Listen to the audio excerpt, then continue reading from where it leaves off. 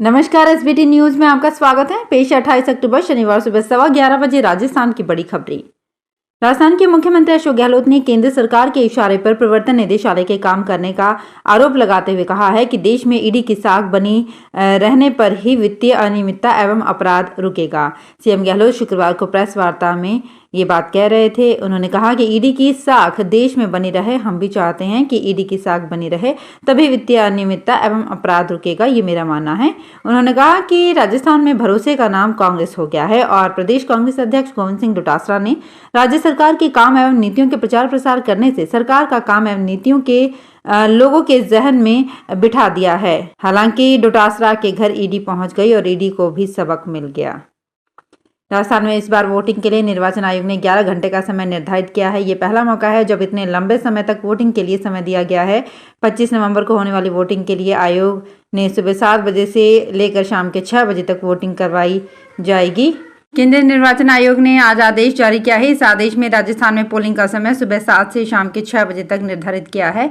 इससे पहले मतदान 2018 और साल 2013 में हुए चुनावों में मतदान का समय सुबह 8 से शाम के 5 बजे तक रहा था।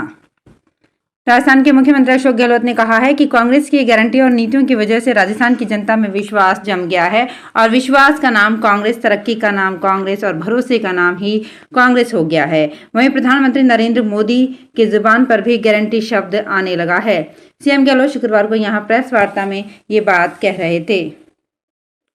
राजस्थान विधानसभा चुनाव 2023 को लेकर बहुजन समाज पार्टी ने शुक्रवार को चौथी लिस्ट जारी कर दी है। इस लिस्ट में 20 प्रत्याशियों के नामों का ऐलान किया गया है। बसपा ने अब तक 45 उम्मीदवारों के नामों की घोषणा कर दी है। बसपा की तरफ से जारी प्रेस रिलीज में कहा गया है कि बहुजन समाज पार्टी सुप्रीमो मायावती के निर्देश के अनुसार राजस्थान प्रदेश अध्यक्ष भगवान सिंह बाबा ने राजस्थान विधानसभा चुनाव 2023 के लिए 20 उम्मीदवारों को घोषित किया है। लिस्ट में मुंडावर से पृथ्वीराज को प्रत्याशी घोषित किया गया है। गोगुंदा से दलपत गरासिया, झाड़ोल से निम्बाराम भील और सलुम्बर से कन्हैया लाल मीणा को टिकट दिया गया है। पंजाब के पड़ोसी राज्य राजस्थान के आगामी विधानसभा चुनाव के मद्देनजर राज्य पुलिस ने समाज विरोधी तत्वों के विरुद्ध चौकसी बढ़ाने के लिए पंजाब राजस्थान सरहद पर 5 हाईटेक नाकों समेत 30 विशेष अंतर राज्य नाके लगाए हैं। ये जानकारी inspector general of police law and order cum Rajasthan मतदान के लिए पंजाब पुलिस के नोडल अधिकारी प्रदीप कुमार यादव ने की। फाजिल्का जिले के अबोहर में पंजाब और राजस्थान पुलिस अधिकारियों की अंतर्राज्यीय समन्वय बैठक की अध्यक्षता की।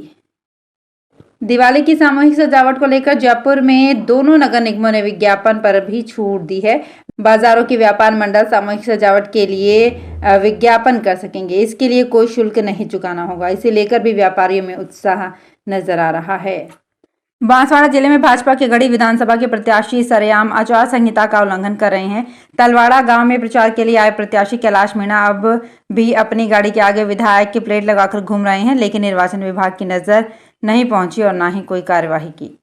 राजस्थान में राजफेड द्वारा समर्थन मूल्य पर मूंग, उड़द, सोयाबीन की न्यूनतम समर्थन मूल्य पर खरीद आगामी 1 नवंबर से तथा मूंगफली की खरीद 18 नवंबर से की जाएगी। सहकारिता विभाग की प्रमुख शासन सचिव श्रेया गुहा ने बताया कि मूंग, उड़द एवं सोयाबीन एवं मूंगफली की खरीद के लिए ऑनलाइन पंजीकरण शुक्रवार से आरंभ कर दिया गया है और 873 खरीद केंद्रों पर इनकी खरीद की जाएगी। बाड़मेर खाद्य सुरक्षा विभाग की टीम ने 2 दिन से लगातार मिलावटी और नकली खाद्य पदार्थों पर कार्यवाही की है। शुक्रवार को सफेद आंकड़ा के पास कुरकुरे फैक्ट्री और एक कैफे पर कार्यवाही की गई। अवैध फैक्ट्री में पापा की परी सहित अलग अलग गुजरात के प्रोडक्ट नाम से कुरकुरे नमकीन की पैकिंग की जा रही थी। फैक्ट्री संचालक के पास से कोई सरकारी लाइसेंस भी नहीं मिला है। इसके बाद फैक्ट्री सीज की गई। सैंपल रिपोर्ट आने के बाद कानूनी कार्यवाही की जाएगी। वहीं एक कैफे पर आइसक्रीम का भी सैंपल लिया गया। फूड इंस्पेक्टर का कहना है कि मिलावटी खाद्य पदार्थों के खिलाफ लगातार कार्यवाही की जा रही है। कार्तिक माह में देवउठनी एकादशी तिथि से समूचे मारवाड़ में 5 माह के अंतराल के बाद सावों की धूम शुरू हो जाएगी। कार्तिक माह के शुक्ल पक्ष की एकादशी तिथि 22 नवंबर को 11:03 पर शुरू होगी और 23 नवंबर को 9:01 पर खत्म होगी। ऐसे में इस साल 23 नवंबर को देवउठनी एकादशी मनाई जाएगी और 24 नवंबर को तुलसी विवाह होगा। देव जागने के साथ ही सावों की धूम रहेगी, लेकिन नवंबर में श्रेष्ठ सावों के मात्र 5 ही शुभ मुहूर्त हैं। जोधपुर के उम्मेद स्टेडियम में रंग रंगीलो मारवाड़ की झलक नजर आई। राजस्थानी गीतों की धुनों पर कलाकारों की प्रस्तुति के साथ बीएसएफ का शौर्य भी नजर आया। मौका था पर्यटन विभाग और जिला प्रशासन की ओर से आयोजित मारवाड़ फेस्टिवल के आगाज का। हालांकि ये फेस्टिवल हर वर्ष 2 दिन का रहता है, लेकिन इस बार आज एक ही दिन में इसका समापन होगा। देश दुनिया में मशहूर जोधपुर का 2 दिवसीय मारवाड़ उत्सव इस बार आचार संहिता के कारण एक ही दिन का होगा। दिवाली को लेकर जयपुर के बाजारों में उत्साह नजर आने लगा है। स्वागत के लिए बाजार सजने लगे हैं। इस बार बाजारों में दिवाली की सामूहिक सजावट 5 से 7 दिन तक होगी, जिसमें चुनावी रंग नजर आएगा। सजावट के बीच लोगों को मतदान के लिए जागरूक करने का संदेश दिया जाएगा। वहीं बाजार में अलग अलग थीम भी नजर आएगी और व्यापारियों ने इसकी तैयारियां भी शुरू कर दी है।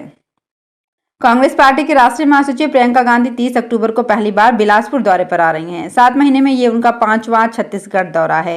वे यहां कांग्रेस प्रत्याशियों की नामांकन रैली में शामिल होंगे और संभाग में चुनावी माहौल बनाने के लिए जनसभा को भी संबोधित करेंगी। जिला और शहर कांग्रेस कमेटी ने रैली व चुनावी सभा को प्रभावी बनाने की तैयारी शुरू कर दी है। जिले में चुनावी माहौल बनाने के लिए शुक्रवार को भाजपा ने नामांकन रैली निकालकर शक्ति प्रदर्शन किया। पंजाब के गवर्नर बनवारी लाल पुरोहित ने एक बार फिर से मान सरकार पर अटैक किया है। गवर्नर ने मुख्यमंत्री भगवंत मान को चिट्ठी में मोहाली से आप विधायक कुलवंत सिंह की स्वामित्व वाली रियल एस्टेट कंपनी पर सवाल खड़े किए हैं। गवर्नर ने स्पष्ट किया है कि ये शिकायत उनके पास केंद्रीय पर्यावरण मंत्रालय से पहुंची है। सीएम को भेजी गवर्नर की ये शिकायत 2 प्रोजेक्ट को लेकर है, जिसे मोहाली के विधायक की कंपनी बना रही है। कृषि उपज मंडी में गुरुवार को भरपूर आवक होने के बाद नीलामी चबूतरों पर जगह की कमी नजर आई। वहीं बाहर रोड पर जाम लग गया, जिसके बाद किसानों की उपज को मंडी परिसर में बीच सड़क पर खाली करवाया गया। इस दौरान अंबेडकर सर्किल से पोस्ट ऑफिस तक वाहनों की लंबी कतारें भी लग गई। नीलामी के दौरान मक्का और सोयाबीन की बम्पर आवक हुई। कृषि उपज मंडी सचिव मदन लाल गुर्जर ने बताया कि प्रतापगढ़ जिले के कई इलाकों से बड़ी संख्या में किसान सुबह से ही अपनी उपज को लेकर पहुंचने लगे। तो फिलहाल इस बुलेटिन में इतना ही। फिर हाजिर होंगे कुछ और बड़ी खबरों के साथ। अगर आप भी अपने आसपास की छोटी बड़ी और महत्वपूर्ण खबरों से अपडेट रहना चाहते हैं तो सब्सक्राइब कीजिए हमारे चैनल एसपीटी न्यूज को और प्रेस कीजिए बेल आइकन पर।